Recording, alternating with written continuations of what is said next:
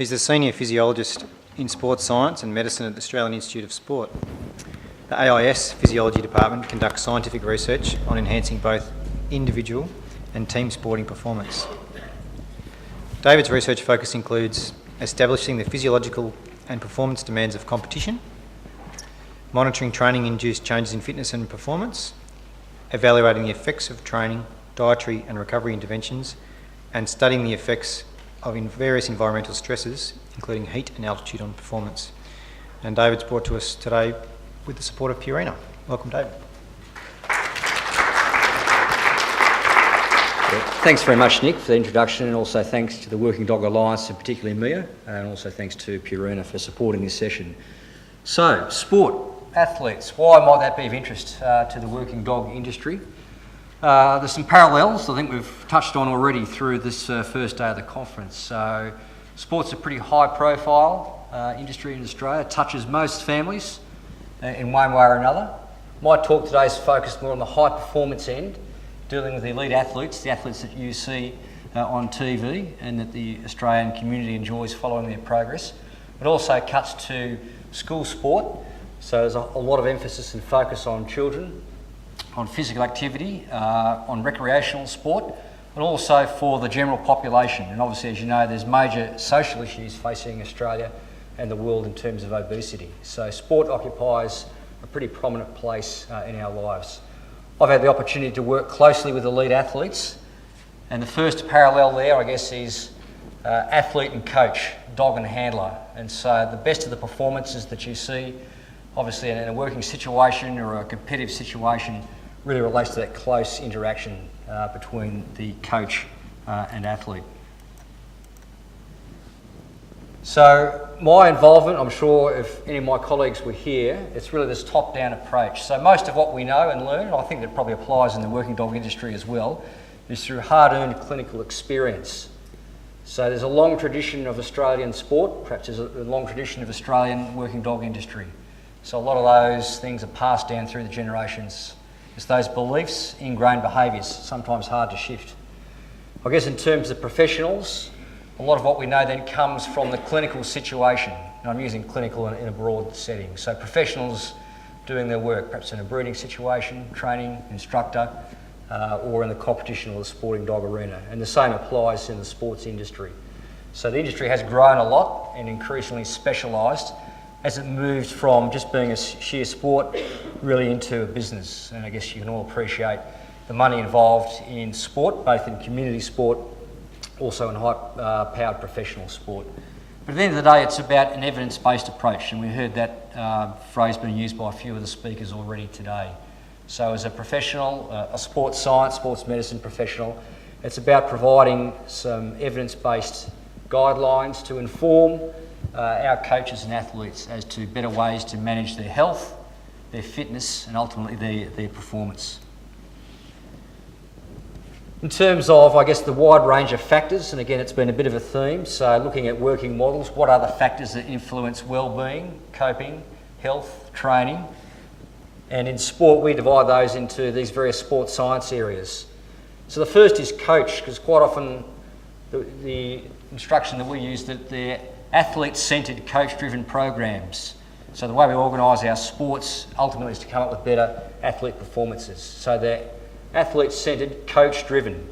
So behind every athlete there's a coach, either an individual sport or within a team, and then there's an outer ring of support structures, and that can be friends, family, or people like me in a professional orientation. My particular background is in physiology, and I'll share some of those observations today in terms of environmental stress and how we might manage the health and safety of trying to optimise the physiological adaptations to exercise and training to improve performance. Everything is technology driven these days, so there's rapid uptake of technology. Some sports are heavily dependent upon technology. You can think of the motor racing sports, but even simple things like running shoes. And these days, a lot of how we operate as professionals is driven by the digital revolution, and social media, even more so just within the last few years. So all of us, irrespective of our particular professions, need to embrace and utilise technology. So for our emerging athletes, that younger generation coming through, they're very savvy. as I'm sure we all appreciate, with technology. So the early adopters, as professionals, we need to engage with them in terms of our everyday business and also our research. Psychology is another big one. So we've obviously seen just in this last one here with the greyhounds about competition anxiety, the close interaction with the dog and the handler, the coach and the athlete. That can be just one-on-one competition anxiety, but also it's the social facilitation. So humans are like dogs, generally dealing with that group setting, can throw up strange behaviours at the time of the most important competition. So there's a lot that goes into psychology. Injury management and prevention. You think of the overuse injuries, particularly in our endurance sports. So it's distance runners with overuse of stress fractures or hamstrings or tendons or ligaments. And then other sports, it's more the contacts. So we think of like the football codes, or even sports that are not meant to be contact, like basketball and netball. So there's a lot of work that goes into researching better ways to prevent, treat and manage injuries and to reduce the impact of injuries affecting well-being and performance. Nutrition, which is a big area that I'll touch on today. Fitness and skills. So whilst we're thinking always of the athlete, it's also about coaching the coaches. So part of my role is education. So looking at educating coaches and also educating peers, which is the reason why we're here today. So it's not always just what do we do for the athlete, it's also what we do for the whole community within elite sport. I was asked to say a few words about the research landscape in Australia, and really it's a collaborative effort. And so again, from what I'm hearing today, there's a lot of overlay, a lot of different industries being represented here. And so I'm sure a lot of these are fairly similar. So it's all about athletes and coaches. Most of those are private practitioners. Some of those get small government subsidies. And there's not many athletes, and often we hear about those that make big money. There's not many of them actually. So for every one of those, there's lots of athletes running around doing it for the love or just getting simple reimbursement. The sporting organisations. So you're thinking within a sport, it's the very political football franchises. So all the codes that we know here in Australia, the AFL, pretty competitive industry, the NRL, the AU, the FFA, which is getting a lot of press at the start of this season. So it is pretty competitive in there, but they do try and work together at an industry level as well. So I know I've done a lot of consulting with the AFL, so they'll bring all 18 teams together, particularly in the health management area. So there's an AFL Doctors Association, there's an AFL Sports Science Committee, there's a research committee that funds industry-wide sport. So on the face of it, you think of a very competitive industry, but behind the scenes, there's a lot of professional networking that goes on. The university sector, I read a stat recently that about 75% of the research output is within a place like this, the Sydney University. So even though there's a small amount of private enterprise research or government agencies, that's 75% of the output.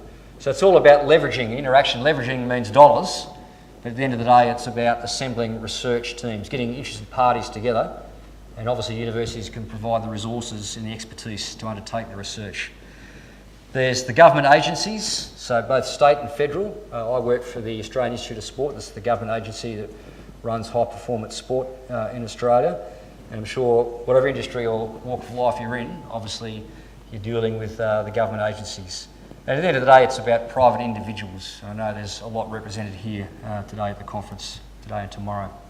So here's Sally Pearson, one of our most successful athletes, Olympic gold medalist, so reached the pinnacle of her profession last year in London, the 110 metre hurdles, world champion, the IAAF World Championships the year before. So one of our most successful athletes. One of the conventional wisdoms in athletes is the 10,000 hour rule. So for any athlete that you see winning a world championship or an Olympic gold medal, there's years. So roughly about 10 years of preparation. So once they've come into the sport as a younger person, and then they've undertaken, so maybe it's little athletics, and you get involved with club athletics, representative, and then you might represent your state, and then obviously to represent your nation, so in our case Australia. So Sally's been on that journey, and when I was just reading the Sunday paper here, about to launch her autobiography, which will be coming out just in time for Christmas. Perfect marketing.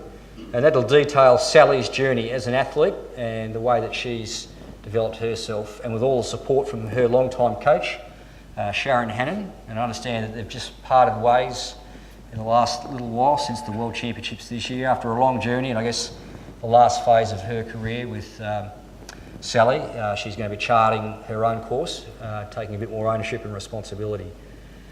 But for all the high profile glory that she's achieved, there's the many hours, the 10,000 hours that have gone in. I did some mental arithmetic. 10,000 hours over 10 years, it's somewhere at about 3 hours a day, so 20 hours a week.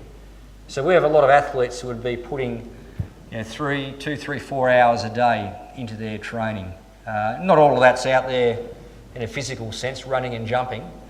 Some of that might be indoors in the gym. A lot of it these days is in the recovery, so all the various recovery modalities.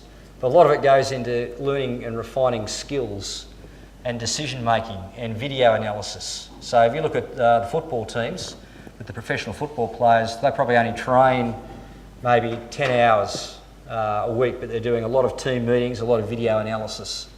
So it's a big time commitment to get athletes right to the pinnacle of their performance at 10,000 hours. On the left there, you'll see I've highlighted a couple of different ways in which we as professionals, industry professionals, can interact with someone like a Sally Pearson. So, say sports science, people think of the laboratory. So the work that we do within the confines of the physiology laboratory, psychology laboratory, all the facilities that we or the universities would have. So laboratory testing sort of resonates with people, but increasingly our work is out in the field. So we go to where the athletes train.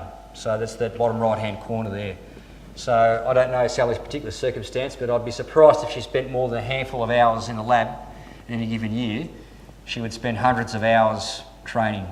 So it's for us to be more effective and learn about the way that Sally might prepare and how we can assist her health, well-being, performance is to go out to where she is. So we have to get out from the lab and into the field. So that's the training domain or the training setting. And obviously that can be here in a residential situation, or it might be on location around Australia, or it might be travelling overseas.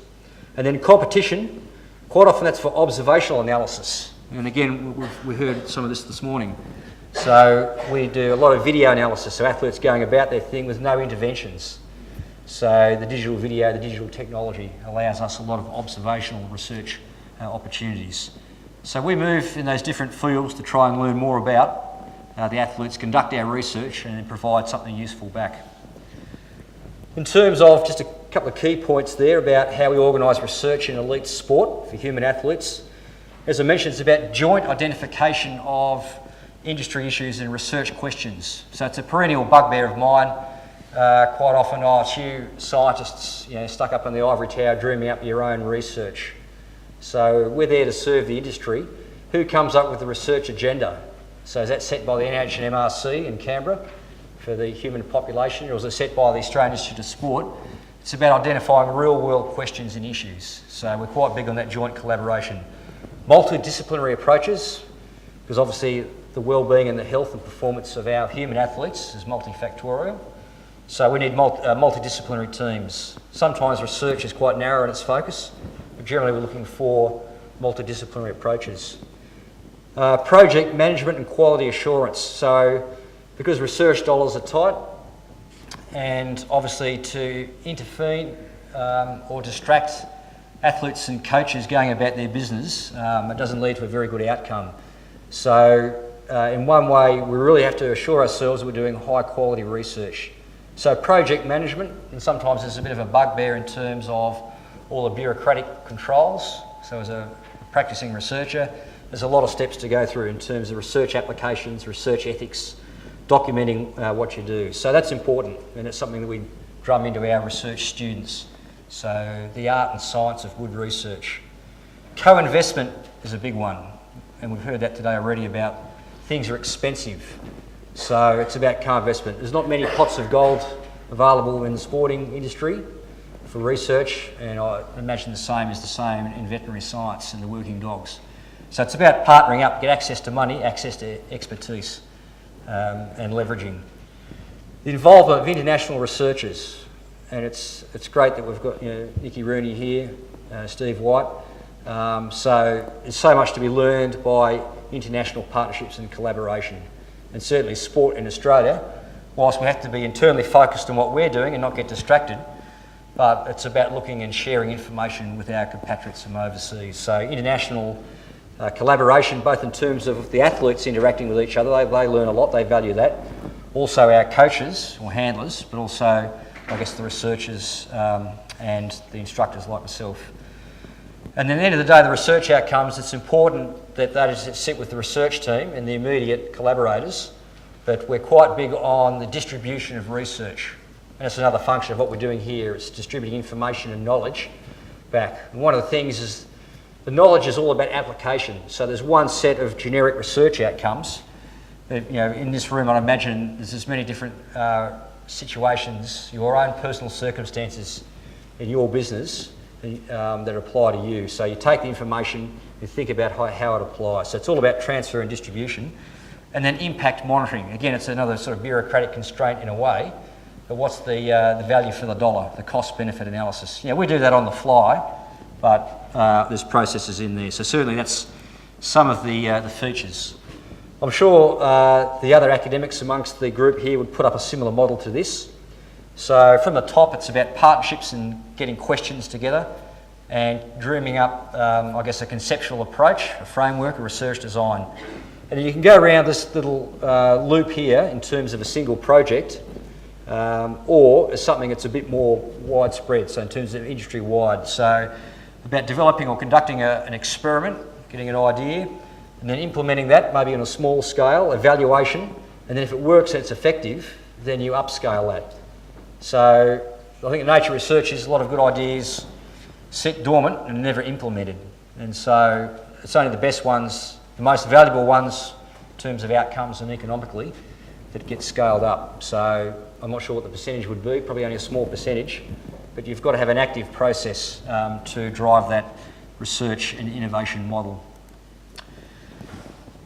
I heard this morning about opinions, how the working dog industry is very opinionated. Well, sport's pretty opinionated, everyone's an expert, there's lots of armchair critics. That's just the nature of life, and I know Steve put up that divisiveness that drives human nature. So expert opinion drives everything, so we're all involved with that, and then there's the opportunity through various forms of research. So I mentioned about case reports and observational research, and you're doing that in your business and your work environment probably all the time. So here's an athlete, they're very successful, what have they done? Or here's an athlete that hasn't done that well, that's struggling, and so how do we organise for them? So there's case reports and then cohort studies, and then it goes up to what every research student is told, randomised controlled trials. So that's starting to get a bit more certainty about the research process, but it's very hard to do with top-level athletes. So I can imagine, again, in the working dog industry, it's very hard to do a fully controlled trial. So Nikki Rooney shared with us some really nice experiments from her work in the UK, looking at a control group where you can get an answer to the question. But it is hard to do. Quite often in our field, we do observational research on the top athletes, but we do randomised controlled trials on the emerging athletes. And there's always the issue about the transfer. So it's really hard to pin down the champions because they're just focused on what they do. So randomised controlled trials, and then eventually you get to the point where you can conduct a lot of trials, replication, any one study, that gives you a good idea, but it's about replication and that process then of doing systematic reviews or meta-analysis. So there's a bit of academic jargon in there, but I think you get the picture that opinion is the starting point, not the finish point. And then, as a really professional industry, it's about taking the opportunity of observational studies, case reports, randomised controlled trials. And then over a period of years, then you build up a lot of certainty about the best evidence-based practice. Here's an example. Don't worry too much about the fine print. I do a lot of work in nutrition, and particularly probiotics. So I'm sure you've all seen that on TV and looking at your formulations. And so probiotics out there in human health is certainly very topical. And if you mention probiotics, people react to that. So it's about the yogurts that you can buy, or it's the capsules. So probiotics research, about 90% of the studies are actually in paediatric science. So even though we think about taking probiotics for the general community, so for all of us, there's not that much evidence in really well-controlled human studies.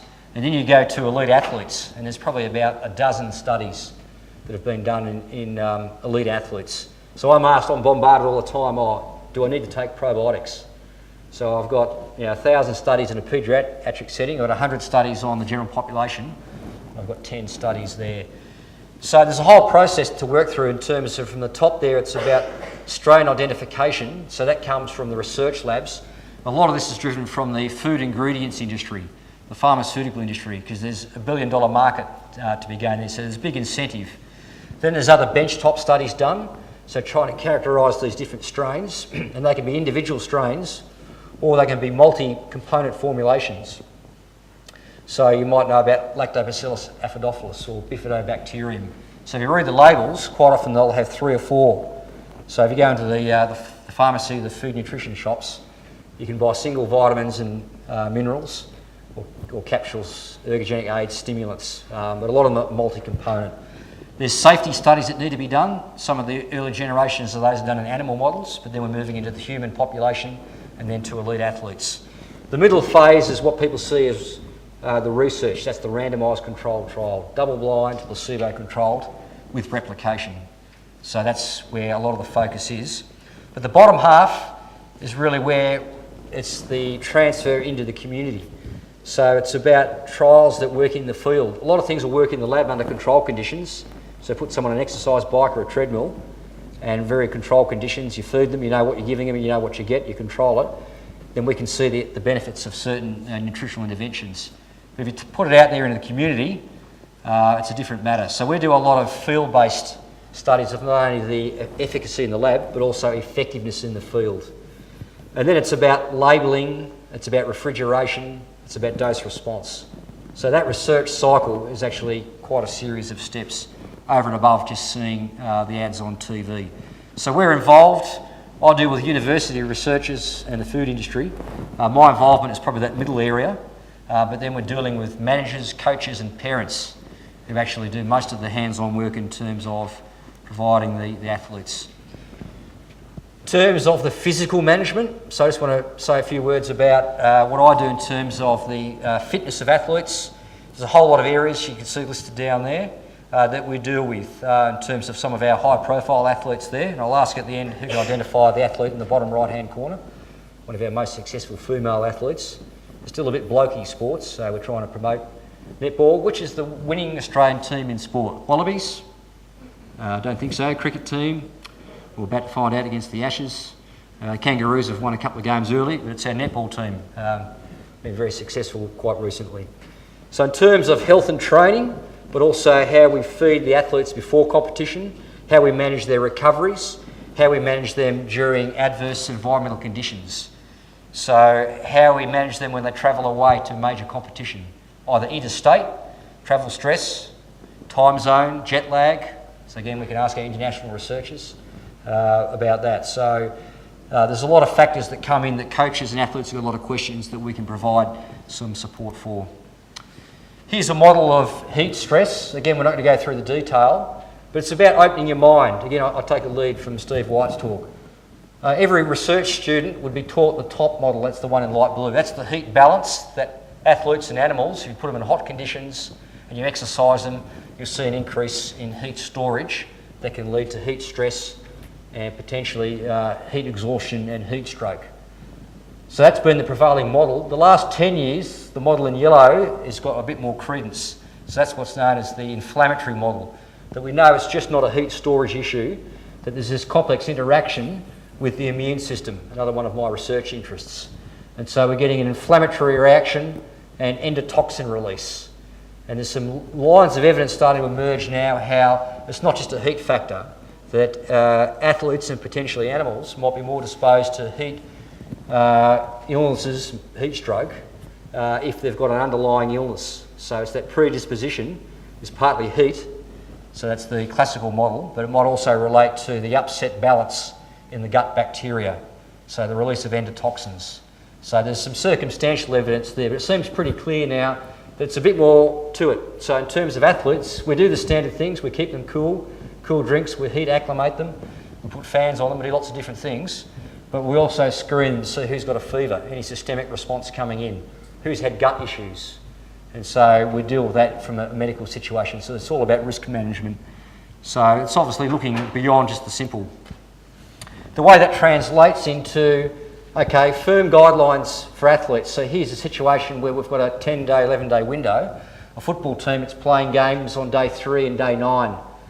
And how do they actually prepare for that? So in terms of their physical training, their skill training, and their tactical work. So it's all about trying to minimise the fatigue and maximise their readiness on game day, games on days 3 and 8.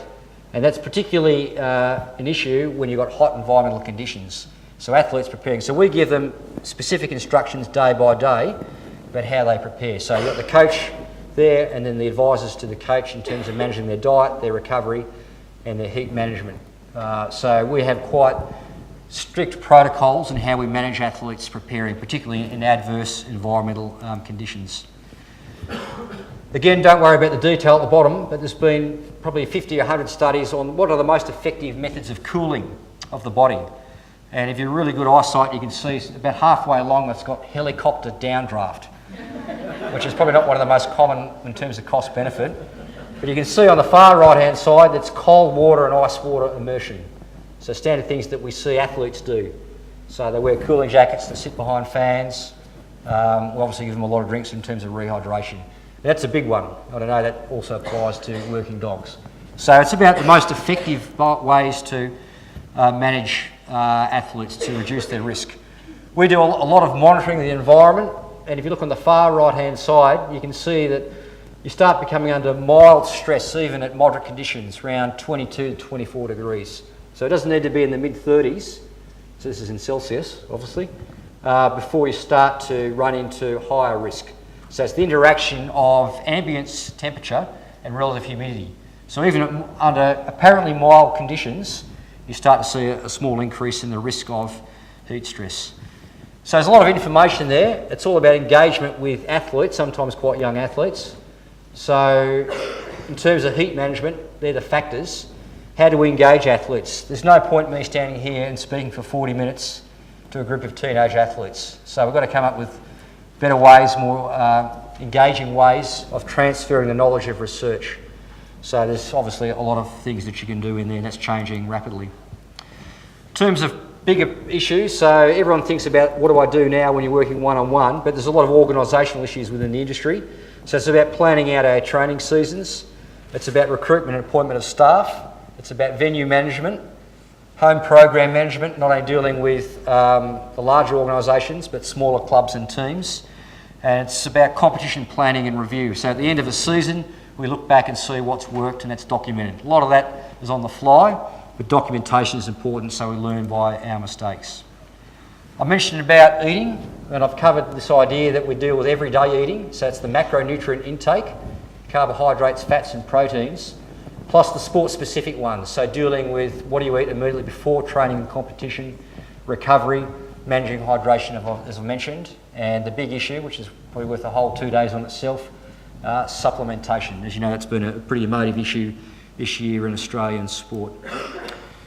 Just to show that we do manipulate diets of athletes, so again the detail is not important, but looking at pre-exercise, so it's the left-hand side, we can manipulate through diet the carbohydrate and fat utilisation in the body. So we do that with some athletes depending on their event. So if they're out there for 5 hours, like a working dog might be, then we look at a certain sort of diet, and there's research that supports that. So we pay a lot of attention to carbohydrate and protein mix during training and also for recovery.